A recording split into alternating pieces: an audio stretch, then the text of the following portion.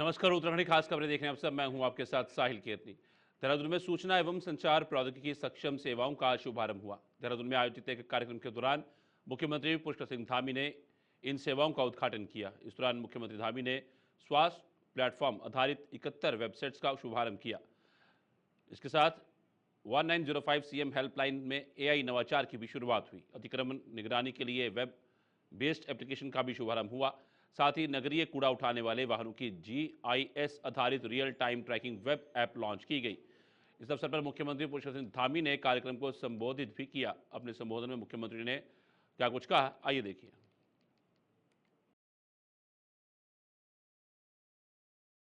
जितने भी हमारे नदी नाले मुहाने ऐसे स्थान हैं, उन स्थानों पर जो निर्माण कार्य हो जाता है, अतिक्रमण हो जाता है, उसकी भी देखरेख की जाए, जिससे कि हम भविष्य में होने वाली तमाम प्रकार की आपदाओं से बचाव कर पाएं, पर्यावरण की हानि को रोक पाएं, प्रकृति के कहर से बच पाएं, प्राकृतिक आपदाओं से बच पाएं।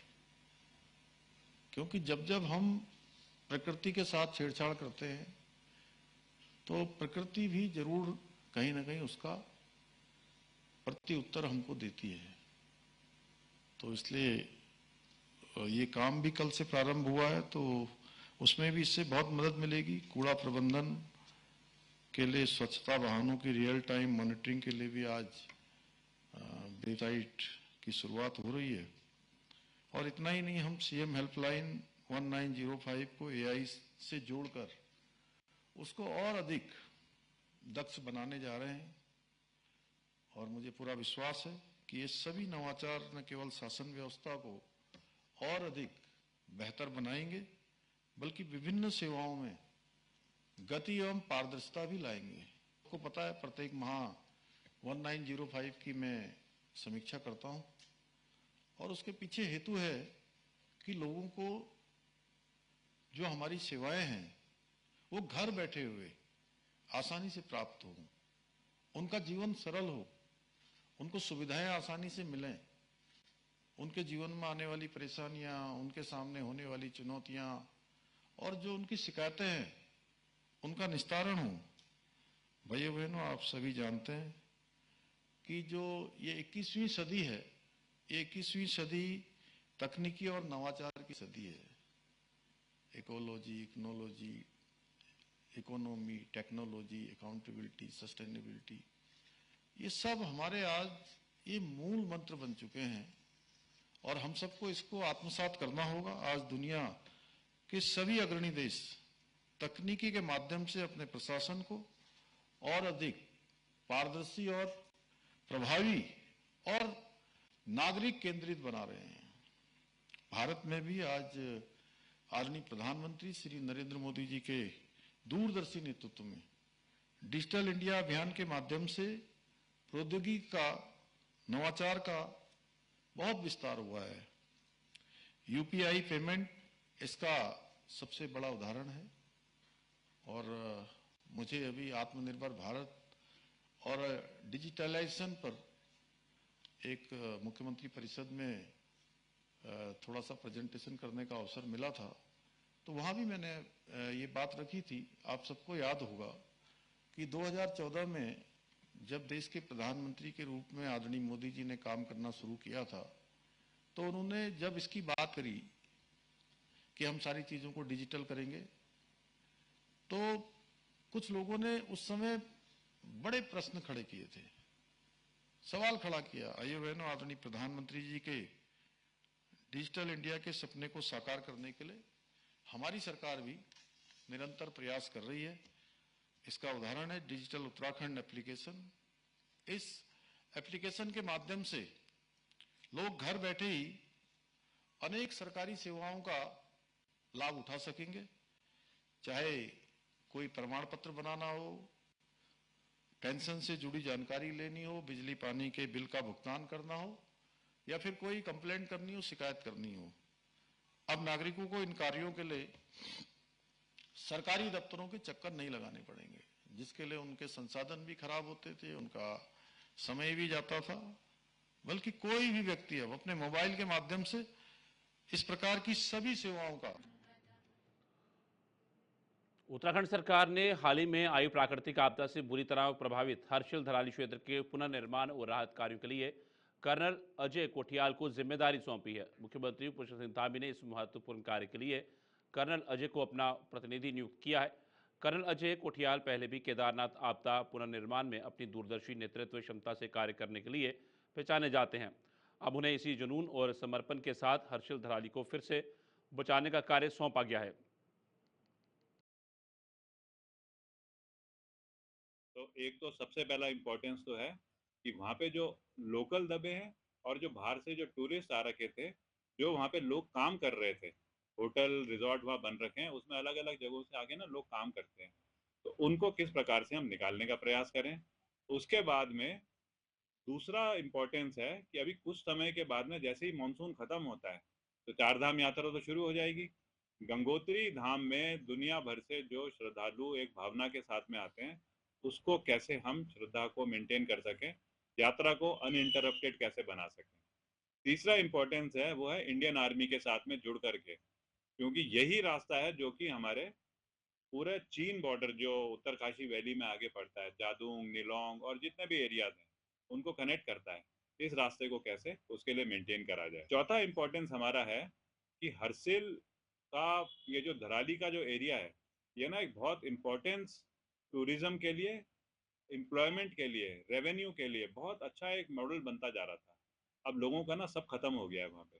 कैसे उनका रिहेबिलिटेशन होना चाहिए, क्या रिहेबिलिटेशन उसी स्थान पे होना चाहिए, क्या वहाँ से कुछ लोगों की रिक्वायरमेंट है कि लंका की तरफ चले जाएं, कुछ लोगों की रिक्वायरमेंट है आसपास कहीं रिहेबिलिटेशन करा जाए, इसको कैसे जनता के साथ में समझ करके आगे की प्रोसेस करी जाए। इसके लिए कल मतलब मेरा भी अभी प्लान ये है कि जैसे ही मौसम क्लियर होता है तो मैं जा रहा हूँ हरसिल। हरसिल में हेलीपैड है बगोरी में जो अभी एक्टिव है, उस हेलीपैड से लैंड करके हरसिल, मुखबा, धराली, ये तो हैं जो आपदाग्रस्त है मेन मुखबा, लेकिन उसी के साथ में मुखबा और सॉरी अपना धराली और उसके आगे एक ना बड़ी झील बन गई है, उस झील को कैसे अभी इस टाइम पे हम देखेंगे। और उसके बाद में इस रास्ते को जो कि भटवाड़ी या उत्तरकाशी से हरसिल को जोड़ता है, उस रास्ते को कैसे हम परमानेंट अभी सुचारू करें ताकि सारे एडम लॉजिस्टिक्स रिकंस्ट्रक्शन के लिए, रिहेबिलिटेशन के लिए, चार धाम की जो यात्रा है उसके लिए पूरे के पूरे चल। धराली में आई आपदा को लेकर रेस्क्यू अभियान निरंतर जारी है। इस आपदा सचिव विनोद कुमार सुमन ने बताया कि विगत दिन निरंतर बरसात होती रही, बावजूद इसके धराली में रेस्क्यू अभियान जारी रहा। वहां पर मौजूद 1000 से अधिक कर्मचारी व अधिकारीगण, तमाम मजदूर निरंतर कार्य में जुटे रहे। कल लिंचागाड़ में बना रहे पुल को सुचारू कर दिया गया है, तो वहीं बिजली, पानी सहित संचार व्यवस्था और वहां पर माइक्रो हाइडल पावर प्रोजेक्ट को भी सुचारू कर दिया गया है। इसके साथ ही हर्षिल में बनी झील को भी खोलने का प्रयास किया जा रहा है। नहीं, धराली में अभियान कल चलता रहा, अभियान ठप नहीं था, दिन भर अभियान चला। 1000 हमारे अधिकारी कर्मचारी और काफी संख्या में मजदूर सबके माध्यम से वहां लगातार रेस्क्यू अभियान चलाया जा रहा है। जो लिंचागाड़ में हमारा पुल का काम था, पुल का काम पूरा हो गया, पुल पे यात्रा सुचारू कर दी गई थी।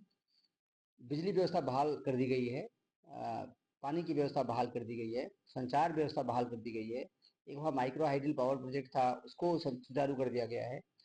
रोड जो थोड़ा सा झील साइड बन रहा था, उसको खोलने के लिए 30 लोगों की कमेटी कल बना दी गई है, 30 लोगों को भेजने की व्यवस्था कर दी गई थी। हालांकि वो पहुंच नहीं पाए, जो आसपास के लोग थे वो पहुंचे, बाकी लोग नहीं पहुंच पाए हैं। उसमें भी काम शुरू कर दिया गया है। झील का पानी का स्तर भी अन्य दिनों की तुलना में लगभग 2 फीट के आसपास कम हुआ है। इसके अलावा कल चीरघाट में, धराली में कल नदी से पानी काफ़ी ज़्यादा आया, तो पानी ज़्यादा आने से भी थोड़ा सा अफरा तफरी मची। उसमें भी फिर लोगों को हटाया गया वहाँ से कि भाई जहाँ पे पानी आ रहा है वहाँ पर कोई रेस्क्यू का काम न किया जाए। पूरे क्षेत्र को 4 सेक्टरों में बांटकर एबीसीडी में अलग अलग संस्थाओं से रेस्क्यू काम कराया जा रहा है। खोजबीन उत्तरकाशी के धराली में आई आपदा से निपटने के लिए सभी तैयारियां जोरों पर चल रही हैं। रेस्क्यू अभियान निरंतर जारी है, तो वहीं पीडब्ल्यूडी विभाग की मलबा हटाने की जद्दोजहद में जुटा हुआ है। पीडब्ल्यूडी सचिव पंकज कुमार पांडे ने कहा कि धराली में जो खीरगाड़ से मालवा आया है वे लगभग 50 फीट ऊंचा है। उसके साथ ही ये 1 किलोमीटर के दायरे में फैला है। पीडब्ल्यूडी विभाग गंगोत्री की तरफ से मलबा हटाने की कवायद में जुटा हुआ है। वहां पर पोकलैन मशीन के साथ तमाम मशीन कार्य कर रही हैं तथा अभी तक लगभग 100 मीटर मलबा हटा भी चुका है, लेकिन वहां पर कुछ टेक्निकल इश्यूज आ रहे हैं, जिसमें मलबे के अंदर कई जगह पानी भरा हुआ है, कुछ अन्य चीज़ें भी मिल रही हैं। ये भी आशंका जताई जा रही है कि मलबे के अंदर कोई ह्यूमन बॉडी तो नहीं है, इसलिए यहाँ से एक टेक्निकल टीम को भेजा गया है। धराली में क्योंकि बहुत बड़े पोर्शन में लगभग 1 किलोमीटर के पोर्शन में मलबा है जो ऊपर से आया था, खीरगाड़ से आया था मलबा, जिसकी वजह से पूरा वहाँ पर डैमेज हुआ है और वो तकरीबन 50 फीट ऊंचा मलबा है। उसमें हम लोग गंगोत्री के साइड से क्लियरेंस चालू है, उसमें पोकलेन और ये सब मशीनें काम कर रही हैं। उसमें 3 मशीनें वहाँ पे चालू थी पहले। उसमें तकरीबन 100 मीटर हम लोग ने क्लियर कर लिया था, तो उसमें थोड़ा टाइम लग सकता है क्योंकि ये भी देखना है कि कहीं उसके अंदर कोई और मतलब ह्यूमन बॉडी तो कोई नहीं है, तमाम चीज़ें उसको देख के करना है। कल एक डिस्कशन हुआ था कि कहीं पे जब हम लोग मलबा क्लियर कर रहे हैं तो उससे पानी निकल जा रहा है या कुछ और चीज़ें हो रही हैं, तो उसके लिए भी एक आज टीम यहाँ से 4-5 टेक्निकल लोगों की टीम यहाँ से गई है, धराली गई है, जो असेस करके बताती है कि थोड़ा गाइड करेगी कहाँ कहाँ पे काम हम लोग करें, कहाँ पे नहीं करें काम। तो इसकी वजह से उसमें थोड़ा टाइम लगने की संभावना है। आपदाग्रस्त धराली क्षेत्र में प्रभावितों को राहत पहुंचाने का अभियान निरंतर जारी है। मंगलवार को दोपहर में मौसम साफ होते ही मातली हेलीपैड से हेलीकॉप्टर के माध्यम से प्रभावित क्षेत्र के लिए खाद्य पदार्थ सहित विभिन्न प्रकार की राहत सामग्री की खेप भेजे जाने का सिलसिला फिर से शुरू हो गया। उधर चिनिया लिसौड़ हवाई पट्टे से भी आज हेलीकॉप्टर्स के माध्यम से खदान और ईंधन की खेप के साथ ही क्षतिग्रस्त सड़क की मरम्मत के लिए बीआरओ के प्रयोग हेतु वायर क्रेट्स भी हर्षिल भेजी गई।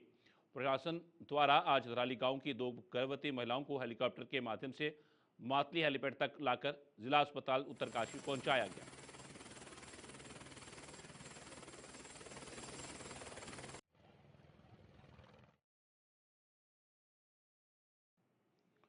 प्रधानमंत्री नरेंद्र मोदी के हर घर तिरंगा अभियान के आह्वान पर कोटद्वार विधानसभा क्षेत्र में भी भव्य तिरंगा रैली का आयोजन हुआ, जिसमें कोटद्वार में विधायक एवं उत्तराखंड विधानसभा अध्यक्ष रितु खंडूरी भूषण ने भाग लिया।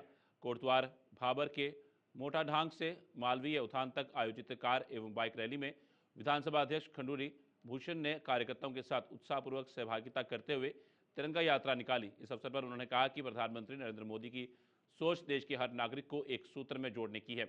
हर घर पर तिरंगा फहराना हमारे स्वतंत्रता सेनानियों और क्रांतिकारियों को सच्ची श्रद्धांजलि है। उन्होंने कहा कि तिरंगा यात्रा के माध्यम से हम कोटद्वार के ये संदेश दे रहे हैं कि हम सभी एकजुट हैं और अपने वीर सैनिकों का मनोबल बढ़ाते रहेंगे ताकि वे देश की सीमाओं पर उसी साहस और निष्ठा से रक्षा करते रहें।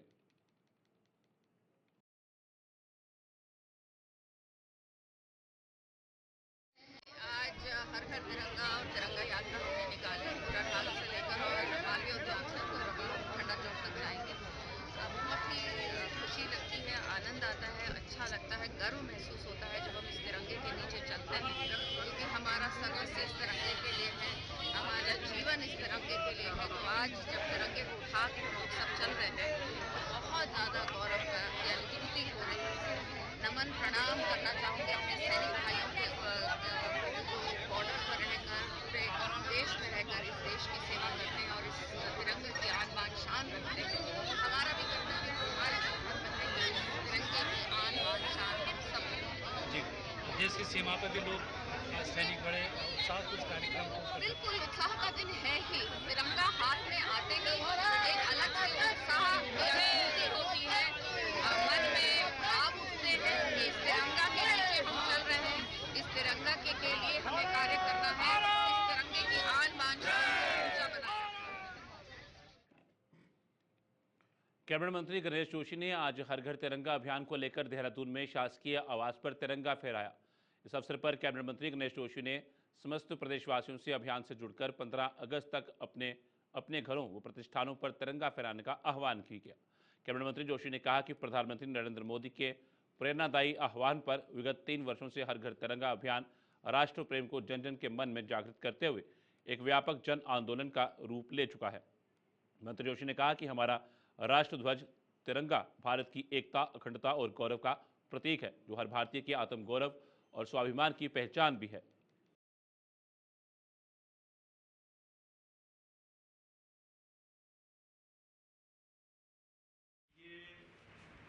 तिरंगा हमारी आन बान सम्मान का प्रतीक है।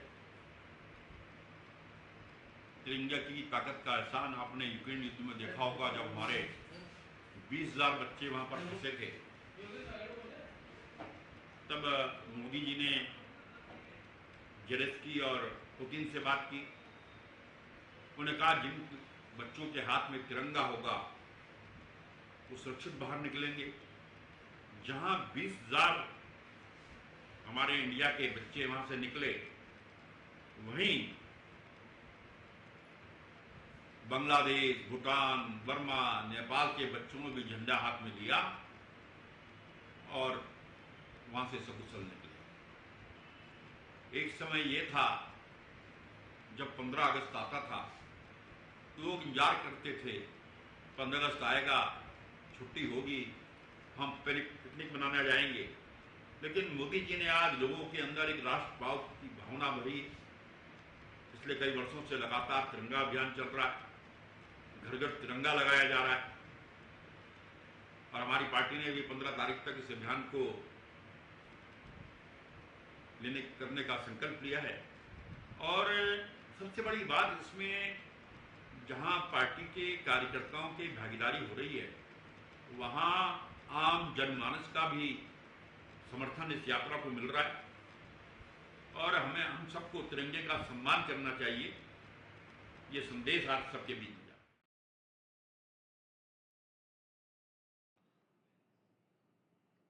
उत्तराखंड पंचायत चुनाव में भारतीय जनता पार्टी के लिए बेहद सुखद और गौरवपूर्ण खबर सामने आई है। भाजपा प्रदेश अध्यक्ष महेंद्र भट्ट ने बताया कि नामांकन प्रक्रिया पूर्ण होने के बाद उधम सिंह नगर, चंपावत, पिथौरागढ़, टिहरी और उत्तरकाशी जिलों में भाजपा के घोषित जिला पंचायत प्रत्याशी निर्विरोध विजयी घोषित हुए हैं। अब तक 9 ब्लॉकों में पार्टी प्रत्याशियों को निर्विरोध जीत मिली है, जिसे स्थानीय जनता का भाजपा की नीतियों और नेतृत्व पर अटूट विश्वास माना जा रहा है। पार्टी नेतृत्व ने सभी विजेताओं को हार्दिक बधाई दी है और क्षेत्र की जनता का आभार व्यक्त करते हुए कहा कि यह जीत विकास और सुशासन की स्वीकृति का स्पष्ट संदेश है। नामांकन प्रक्रिया के पूर्ण होने के बाद सुखद समाचार भारतीय जनता पार्टी के लिए है। हमारे जिला पंचायत के जो घोषित प्रत्याशी थे, उधम सिंह नगर, चंपावत, पिथौरागढ़ और उत्तरकाशी, यहाँ भारतीय जनता पार्टी के प्रत्याशियों को निर्विरोध विजय प्राप्त हुई है। मैं इन सभी प्रत्याशियों को बधाई देता हूँ, वहाँ की जनता का आभार व्यक्त करता हूँ। और अभी तक की जो सूचना है उसमें 9 ब्लॉक प्रमुख भारतीय जनता पार्टी ने निर्विरोध निर्वाचित किए हैं, क्योंकि यहाँ पर किसी दूसरे व्यक्ति ने कोई नामांकन नहीं किया। मैं अपनी ओर से सभी को बहुत बहुत बधाई देता हूँ। भाजपा प्रदेश प्रवक्ता सुनीता विद्यार्थी ने कांग्रेस के तंज पर पलटवार करते हुए कहा कि यदि किसी क्षेत्र में जनता किसी उम्मीदवार को आशीर्वाद देती है तो ये उस विशेष व्यक्तित्व का मूल्यांकन होता है, न कि पूरी पार्टी या उसके विधायकों की साख पर प्रश्न चिन्ह। उन्होंने कहा कि कांग्रेस द्वारा ये कहना कि भाजपा के विधायक अपनी साख बचाने में जुटे हैं, पूरी तरह से गलत और भ्रामक है। सुनीता विद्यार्थी ने स्पष्ट किया कि भाजपा के सभी विधायक, कार्यकर्ता और पदाधिकारी जनता का विश्वास जीतने के लिए लगातार धरातल पर मेहनत कर रहे हैं और विकास कार्यों को प्राथमिकता दे रहे हैं। उन्होंने विश्वास जताया कि पंचायत चुनाव में भाजपा ने जिस प्रकार शानदार प्रदर्शन किया था, उसी प्रतिबद्धता और जन समर्थन के साथ आने वाले समय में पार्टी मजबूती से परिणाम लाएगी। देखिए, ऐसा है कि कांग्रेस पार्टी जो है, अगर कहीं पे मैं कहूँगी कि अगर जनता उनको अपना आशीर्वाद दे रही है, तो वो पर्टिकुलर एक व्यक्तित्व का मैं कहूँगी मूल्यांकन होता है। लेकिन ये कह देना कि हमारे जो विधायक हैं वो अपनी साख नहीं बचा रहे हैं, मुझे लगता है ये ज़्यादा ठीक नहीं है। और भाजपा के सभी विधायक, सभी कार्यकर्ता, सभी लोगों ने बहुत मेहनत करी है और जनता का विश्वास जीता है। निश्चित रूप से भाजपा जो है पंचायत चुनाव में अपना प्रदर्शन जिस प्रकार का किया था, उसी प्रकार से हम लोगों का जो है रिजल्ट है। महानगर कांग्रेस ने रुड़की चंद्रशेखर चौक पर चुनाव आयोग के खिलाफ प्रदर्शन किया और चुनाव आयोग का पुतला दहन किया। महानगर कांग्रेस ने चुनाव आयोग पर भाजपा के इशारे पर काम करने का आरोप लगाया। प्रदर्शन के दौरान क्लियर विधायक फुरकान अहमद ने कहा कि भाजपा सरकार ने हमेशा लोकतंत्र को खत्म करने का काम किया है, वोटों में हेराफेरी कर अपनी सरकारें बनाई हैं। हरिद्वार ग्रामीण विधायक अनुपमा रावत ने कहा कि वोटों की चोरी सीधे सीधे जनता के साथ धोखा है। भाजपा सत्ता में रहने के लिए किस प्रकार से जनभावनाओं से खिलवाड़ कर रही है, उसका खुलासा नेता प्रतिपक्ष राहुल गांधी ने साक्ष्यों के साथ किया है। तंत्र की हत्या की जा रही है आज के समय में। पहले ईडी और ये सीबीआई ये सब तो पता ही लगता था कि एक तरीके से यूज किए जा रहे हैं, लेकिन अब चुनाव आयोग में आप ये देखिए एक एक घर में 80-80, 100-100 वोट मिल रहे हैं। तो कहीं ना कहीं ये आम जन के अधिकारों का हनन किया जा रहा है। और सबसे बड़ी बात, बिहार में साफ दिखा कि 65 लाख वोटरों को बाहर कर दिया गया। वही वोटर लोकसभा में जब वोट दे रहे हैं तब तो ठीक है, वो वोटर हैं, लेकिन विधानसभा में जब वो वोट देने जा रहे हैं तो वो अवैध कर दिए जा रहे हैं। तो साफ तौर पे सरकार जो है वो पूरी तरीके से डरी हुई है और वह समझ रही है कि जनता का मूड है परिवर्तन करने का, और जहां जहां उन्हें इस तरीके का डर लग रहा है तो वो ऐसे वोटों की चोरी कर रहे हैं। तो हमारे नेता श्री राहुल गांधी जी जिन्होंने पूरे देश में मुहिम उठाई है, तो उसमें हम सब कार्यकर्ता एकजुट हुए और हमने पुतला दहन किया। जैसे पिछले दिनों राहुल गांधी जी ने मैं सबूत के इलेक्शन कमीशन द्वारा जो फर्जी वोटें बनाई गई देश के विभिन्न हिस्सों में, और एक एक कमरे में 80-80 लोगों को वोट बना दी, और उन्होंने जो लिस्ट दी है आप उसकी ना तो फोटो खींच सकते ना उसकी फोटो कॉपी करा सकते, और जब विपक्ष के नेता ने उनसे इलेक्ट्रॉनिक उसकी कॉपी मांगी तो देने से इनकार कर दिया, वेबसाइट बंद कर दी। तो ये स्पष्ट प्रमाण है कि इलेक्शन कमीशन के पार्ट से गलती हुई है, हेरा फेरी हुई है, और हमने इलेक्शन कमीशन की भर्त्सना करते हुए माननीय सुप्रीम कोर्ट से एक आह्वान किया है कि इस पूरे प्रकरण का सोमोटो ले और जिन लोगों ने वोट चोरी की है उनके खिलाफ जांच करें, उन्हें दंडात्मक कार्रवाई करें। तो सड़क पे आ गई।